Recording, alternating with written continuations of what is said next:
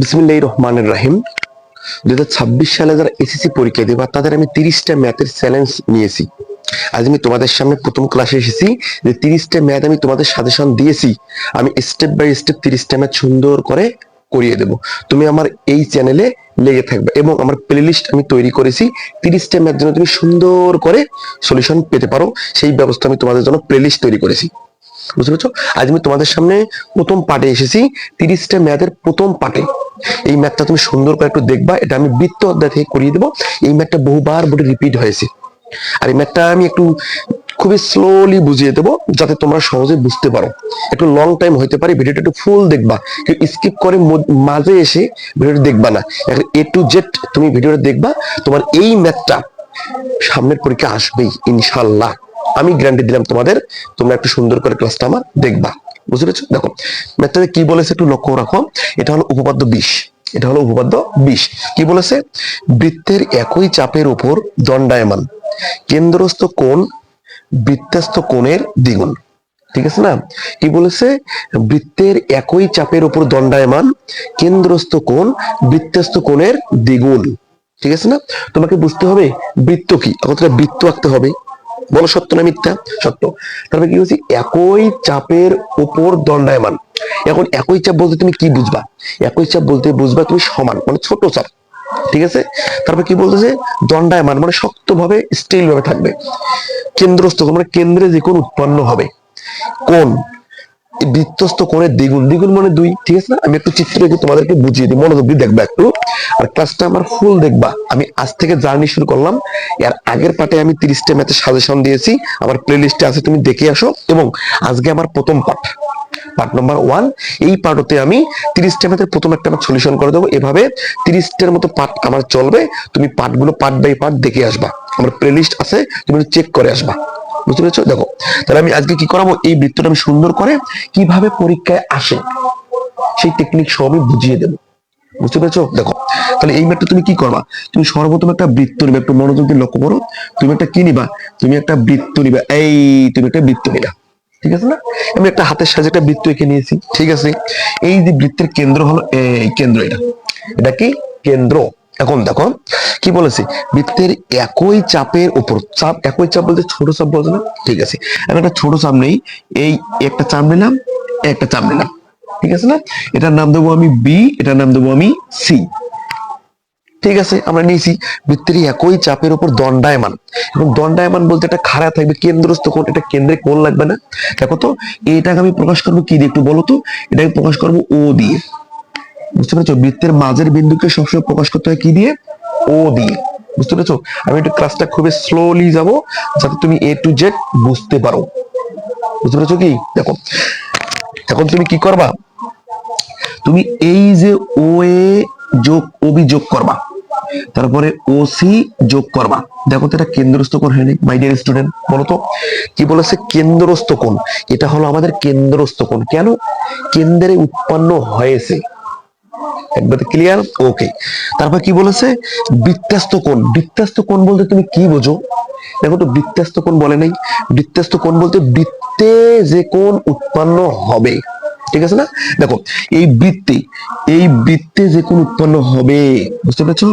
এই বৃত্তে যে কোণ উৎপন্ন হবে, তাহলে এটা কি কোণ? বৃত্তাস্ত কোণ। ঠিক আছে না? এটার নাম দেবো আমি এ। এ ঠিক আছে? তাহলে আমরা কি বললাম? কেন্দ্রস্থ কোণ নিয়েছি, বৃত্তাস্ত কোণ নিয়েছি। তাহলে এখন তোমার কাছে আমার একটা প্রশ্ন, তুমি যে জানা থাকে কমেন্ট বক্সে জানিয়ে দিবা, এই বৃত্তস্থ কোণ বড় না কেন্দ্রস্থ কোণ বড়? বলো তো একটু। তুমি নিশ্চয় বলবা, একটু ডাউটে থাকবা তুমি, কোনটা কোন বড় স্যার আপনি বলেন। স্যার আমরা জানি না, পড়ি নাই, শিখি নাই। আজ আমি বলে দেই, এ কোনটার চেয়ে এ কোনটা কি একটু বড়। একটু বলতে কতটুকু? দ্বিগুণ বড়। এ যদি হয় 4, এ কোনটা যদি হয় 4, এ হবে 8। এ যদি হয় 6, এ হবে 12। এ যদি হয় x, এ হবে 2x। একবার ক্লিয়ার? পানি পানি? ওকে, ঠিক আছে। তাহলে এটা হলো বৃত্তস্থ, এটা হলো কেন্দ্রস্থ। ক্লিয়ার? এখন তোমার এই কোণটা আছে না, দেখো তো তোমার এই কোণটা আছে না মাই ডিয়ার স্টুডেন্ট? তাহলে তুমি প্রমাণ করতে কি বলছে? প্রমাণ করতে কি বলো তুমি? এ বি ও সি, এই কোণটা আমি নিয়েছি। ঠিক আছে না? ইকুয়াল কি আছে? B A C. এই কোণ বি এ সি। ঠিক আছে না? এখন দেখো তুমি এখন প্রমাণ করতে বলবে কোনটা। তুমি এখন এটাই প্রমাণ করবা, কিন্তু এর দ্বিগুণ এ। এখন তুমি দ্বিগুণটা এই জায়গায় লিখবা না এই জায়গায় লিখবা, স্টুডেন্টদের ঘরে প্যাস লাগিয়ে যাবে। তুমি দ্বিগুণ এর সাথে লিখবে না এর সাথে লিখবা। অনেক স্টুডেন্ট টুটে এই জায়গায় দিয়ে দেয়, আমি বলবো না, রং। কেন? এ কোণের দ্বিগুণ এ, তাহলে টুটে লিখবে এই জায়গায়। বুঝতে পেরেছো? এটা তোমার প্রমাণে দিতে পারে, এটা প্রমাণে দিবেই। এই কোশ্চেনটা একটু ঘুরিয়ে দেয়। কিভাবে ঘুরিয়ে দেয় বলি, আমি তোমাকে সৃজনশীল টেকনিক সহ বুঝিয়ে দেবো, যাই তুমি এ টু জেড বুঝতে পারো, ক্লাসটা আমার ফুল দেখবা। বুঝতে পেরেছো? দেখো তুমি এখন কি করবা, তুমি এই জায়গায় ঠিক থুবে এটা, তুমি এই জায়গায় এটা ঠিক থুবে, এটাও ঠিক থুবা, কোন বি ও সি তুমি ঠিক থুবা, ঠিক আছে না? ইকুয়াল দিবা, ঠিক আছে? ইকুয়াল দিলাম, তুমি এটা কি করো, কোন বি এ সি তুমি এটাও ঠিক রাখবা। এইটা এই জায়গায় আছে না, ভুল আছে না, তুমি এখানে এনে ঠুকুস করে ভাগ করে দিবা, ঠিক আছে? দেখো, তো এটা তোমার দ্বিগুণ বললে এটা হবে, আর অর্ধেক বললে এটা হবে। এই জায়গায় যদি দ্বিগুণের জায়গায় যদি আমি অর্ধেক দিতাম, যদি আমি অর্ধেক দিতাম, তুমি কি বলতা বলো? তুমি কি বলতা? অর্ধেক বলতে এই যেটা হতো। পরীক্ষায় তোমার এই কোশ্চেনটা থাকবে না। কোন কোশ্চেন থাকবে বলতো? এই দুইটার একটা। তুমি 20 নম্বর উপপাদ্য পড়তেছো, 20 নম্বর উপপাদ্য, এই দুইটাই 20 নম্বর উপপাদ্য। জাস্ট এতটুকু করতে পারলে এটা তোমার এমনিতেই হয়ে যাবে, অটোমেটিকলি হয়ে যাবে। জাস্ট একটু ঘুরাইয়া দিবা। বুঝতে পেরেছো? তুমি এই বেসিকটা, এই কনসেপ্টটা যদি বুঝে থাকো, বুঝতে পেরেছো? চ্যানেলটা সাবস্ক্রাইব করতে হবে। তাহলে তুমি এখন আমার এই বিষয়টা একটু ক্লিয়ার তো? একটু কমেন্টে জানিয়ে দাও তো কার কার ক্লিয়ার কি আনক্লিয়ার। তুমি এতটুকু ক্লিয়ার, ঠিক আছে না? ওকে, তারপরে দেখো এবার কি করি, ঠিক আছে না? এখন তুমি এটা কি করবা, তুমি এখন এটা কি করবা জানো? তুমি একটা অঙ্কন করবা। কি অঙ্কন? দেখো, তুমি এই এ আর ও তুমি যোগ করে দিবা। উপপাদ্যের ক্ষেত্রে একটু অঙ্কন করা লাগে। কি করা লাগে? অঙ্কন করা লাগে। ও এ যোগ করবে, এটার নাম দিবে কি? ডি। ঠিক আছে না? ওকে, এখন তুমি প্রমাণটা এখন কিভাবে করবে একটু লক্ষ্য করো। একটু তুমি প্রমাণটা কিভাবে করবে দেখো তো। এটা একটা বৃত্ত না? তুমি, আমি একটু মডেলিং করে দিই। এই জিনিসটা একটা বৃত্ত না? দেখো তো, এ কোণ বি কোণ এ কোণ, একটা উপর একটা বৃত্ত না? তুমি এটা একটু বৃত্ত হিসেবে নাও তো। এটা একটা ত্রিভুজ, এটা একটা ত্রিভুজ, এটা একটা ত্রিভুজ, ঠিক আছে না? দেখো, তুমি প্রমাণটা এই জায়গায় লিখবা, প্রমাণ। এই প্রমাণটা তুমি এই জায়গায় লিখবা, প্রমাণ। অঙ্কনটা একটু উপরে লিখবা কি, এ ও যোগ করি। অঙ্কন ওকে, ওকে। এখন কি করবা দেখো তো, এই ত্রিভুজের এই বাহু আর এই বাহু সমান না? যেহেতু ব্যাসার্ধ আর ব্যাসার্ধ, ব্যাস, যেহেতু ব্যাসার্ধে ব্যাসের অর্ধেক ব্যাসার্ধ, তাহলে এটাও একটা ব্যাসার্ধ, এটাও একটা ব্যাসার্ধ। আর কেন্দ্র থেকে পরিধি পর্যন্ত বৃত্তের গাওকানো কি বলে? পরিধি। এটা তরটা, এটাও তরটা, তা দুইটা বাহু সমান না? ঠিক আছে, তুমি তাকে লিখবে কি, ও এ ইকুয়াল ও বি। ক্লিয়ার? তাহলে এ বাহু সমান, এ বাহু সমান, ঠিক আছে? ওকে, তাহলে এখন বাহু দুটো যদি সমান হয়, তাহলে ত্রিভুজটার নাম কি বলতো? যে ত্রিভুজের দুই বাহু সমান তাকে কি বলে? সমদ্বিবাহু ত্রিভুজ। তাহলে এটাকে তুমি কি লিখবা? সমদ্বিবাহু ত্রিভুজ, সমদ্বিবাহু ত্রিভুজ। একবার ক্লিয়ার? ত্রিভুজ, সমদ্বিবাহু ত্রিভুজ, ঠিক আছে? ওকে, তুমি এগুলো সুন্দর করে খাতায় নোট করবা। বুঝতে পেরেছো? নোট করলে তুমি বুঝবা, তা না হলে তুমি বুঝবা না। আরেকটা কথা কি, এগুলো প্র্যাকটিস করতে হয়। এগুলো প্র্যাকটিস না করলে তুমি জিরো, হিরো থেকে জিরো হবা। বুঝতে পেরেছো? ঠিক আছে, এখন দেখো, যেহেতু ত্রিভুজটি সমদ্বিবাহু, কোণ দুইটাও সমান, যে ত্রিভুজের বাহু দুটাও সমান, কোণ দুটাও সমান, ত্রিভুজটার নাম সমদ্বিবাহু। কোণ দুটো তুমি নিয়ে নাও, কোণ কি আছে? B A O, B A O equal A B ও, কোণ এ বি ও। ক্লিয়ার? কোণ দুটাও সমান, একবারে ওকে, ঠিক আছে। এখন তো এই ত্রিভুজটা বহিস্থ হয়নি, একটু বলো তো, বহিস্থ হয়নি? ঠিক আছে, এটা বহিস্থ হয়েছে, তাহলে বহিস্থ ত্রিভুজ কোনটা দেখো তো? ত্রিভুজ এ বি ও, এই ত্রিভুজটা বহিস্থ হয়েছে। কি হয়েছে? বহিস্থ হয়েছে। এখন দেখো তো, এটা একটা বহিস্থ কোণ হয় নাই, আর একটা ত্রিভুজ বহিস্থ কোণ হলেই বহিস্থ কোণের মান ভেতরে দুইটা কোণের সমষ্টির সমান। তুমি এর আগে অনেক জেনেছো, আর যদি তুমি না জেনে থাকো, আমার বেসিক ক্লাসে আছে, তুমি একটু চেক করে আসবা। আমি এই ক্লাসের একটা এ টু জেড প্লেলিস্ট আছে, তুমি একটু দেখে আসবা। বুঝতে পেরেছো? এখন দেখো তুমি কি করবা, তুমি এখন এই জিনিসটা কি করবা, বহিস্থ কোণ এটা দেখো তো একটু, বহিস্থ কোণ কি আছে? বি ও ডি, এটা একটা বহিস্থ কোণ না? এই কোণটা সমান, ভেতরে কোণ দিয়ে সমান, এই কোণ আর এই কোণ। তাহলে এই জায়গায় লিখবা কোণ বি এ কি আছে দেখো, ও, প্লাস আরেকটা কোণ কি? এ বি ও, কোণ এ বি ও। একবারে ক্লিয়ার?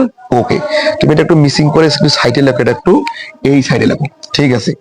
একবারে ক্লিয়ার? ওকে, তাহলে এই কোণটা তুমি আবার লিখবে যে কি বি ও ডি ইকুয়াল, এটা কোণ তুমি ঠিক রাখবা বি ও এ ও প্লাস এই কোণটার পরিবর্তে আর এই কোণটা কি একই না দেখো তো, তুমি আর পরিবর্তে এই কোণটা নিয়ে নাও, কোণ বি এ ও। একবারে ক্লিয়ার? ওকে, এখন কি করবা, কোণ B O D equal B A ও একটা বি ও একটা, কত হলো, দুইটা হলো না? তাহলে কি লিখবা, টু কোণ বি এ ও, ঠিক আছে? তাহলে এটার নাম দিবে তুমি 1 নং, ঠিক আছে? এটা 1 নং। এখন দেখো আমি এই পাশের ত্রিভুজটা আমি 1 নং পেয়ে পেয়ে গেছি, একবারে পেয়ে গেছি, এটার নামে 1 নং। অনুরূপ ভাবে তুমি তার পরেরটাও করো, এটাও দুই বাহু সমান, কোণ দুইটাও সমান, ত্রিভুজটা কি সমদ্বিবাহু, এই কথাটাই তুমি লিখবা। অনুরূপ ভাবে কি আছে, এই জায়গায় কি লিখছো, বিওডি, সি ও ডি লিখবা তুমি, এটা লিখছো কি বিএও, বিএও লিখছো, এটা লিখবা সি এ ও, ঠিক আছে না? এই জায়গায় লিখবে কি অনুরূপ ভাবে, এই জায়গায় লেখো অনুরূপ ভাবে, অনুরূপ ভাবে, ঠিক আছে না? অনুরূপ কি আছে, সিওডি, কোণ সিও ডি ইকুয়াল, এবার কি লিখবে, এটা কি লিখবে, টু কোণ সি এ ও, এই সি এ ও, এটা লিখবে 2 নং। বলো সত্য না মিথ্যা? ঠিক আছে, এত তুমি বুঝছো, আমি এটা অনুরূপ ভাবে করলাম, তুমি অনুরূপ ভাবে লিখবা, বুঝতে পেরেছো? এখন তুমি এটা কি করবে, 1 ও 2 যোগ করি, এই দিক দিয়ে আমি যোগ করে দেবো, এদিক দিয়ে আমি যোগ করে দেবো, লক্ষ্য করো, আমি এই দিক দিয়ে যোগ করে দেবো এই জিনিস দুটা, আমি এখন লিখবো কি 1+2, ঠিক আছে না? এই দুটো আমি যোগ করলাম, ঠিক আছে? দেখো তো 1 নংটা কি বলেছে, 1 নংটা বলেছে কি কোণ বি ও ডি প্লাস 2 নংয়ের বাম পক্ষ কি আছে, 1 নংয়ের বাম পক্ষ 2 নংয়ের বাম পক্ষ কি বলেছে, কোণ সি ও ডি ইকুয়াল, ঠিক আছে না? এখন ডান পক্ষ কি আছে দেখো তো একটু, এই 2 কোণ, ঠিক আছে না? কি আছে, বি এ ও প্লাস আরেকটা কি আছে, 2 কোণ কি আছে, একটু লক্ষ্য করো তো, এসিও, সি এ ও, ঠিক আছে? তুমি এটার প্যাকে তাকাও আর এটার প্যাকে তাকাও, দেখো তো দুইটার মাঝের কোণ ও না, বলো তো? এই জায়গায় ও আছে, এই জায়গায় ও আছে, ক্লাসটা একটু মনোযোগ দিয়ে দেখবা, দুই জায়গায় আমাদের কি আছে, ও আছে, ক্লিয়ার? তাহলে দেখো তো এই জায়গায় একটু লক্ষ্য করো, তুমি দেখো কি বলেছে, সি ও ডি একটা পয়েন্ট থেকে একটা স্টপ, আর একটা কি সিও ডি, এটা একটা, তুমি একেবারে নাও তো বিও সি, ঠিক আছে না? এই জায়গায় লেখো একটু বিওসি, তুমি এই জায়গায় কি লিখবা, এই জায়গায় তুমি কি লিখবে একটু লক্ষ্য করো, এই জায়গায় লিখবে কোণ বিও সি, ঠিক আছে না?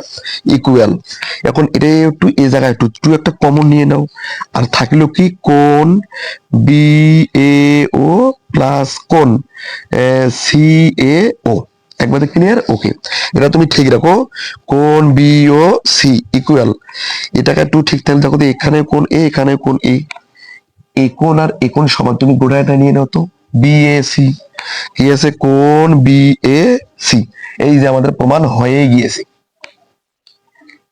বুঝতে পেরেছো? চুটকে মেরে উড়ে দিলাম, খেল খতম, দোকানপাট বন্ধ, ঠিক আছে না? তাহলে তুমি এতটুকু তো বুঝেছো। এখন তোমাকে যে অর্ধেক বলে তুমি কি করবা, তুমি এই টুটা জাস্ট ওইভাবে ঘুরিয়ে নিয়ে যাবা, আর কিচ্ছু নেই, আর কিচ্ছু এখানে নেই, বুঝতে পেরেছো? তুমি এই ম্যাথটা ফুল স্ক্রিনশট দিয়ে তুলে নিবে এবং বাসায় বারবার প্র্যাকটিস করবা। 30টা ম্যাথের আজ আমি করালাম প্রথম ম্যাথ, বুঝতে পেরেছো? তুমি এই ম্যাথটা সুন্দর করে একটু দেখবা এবং প্র্যাকটিস করবা বারবার, বুঝতে পেরেছো?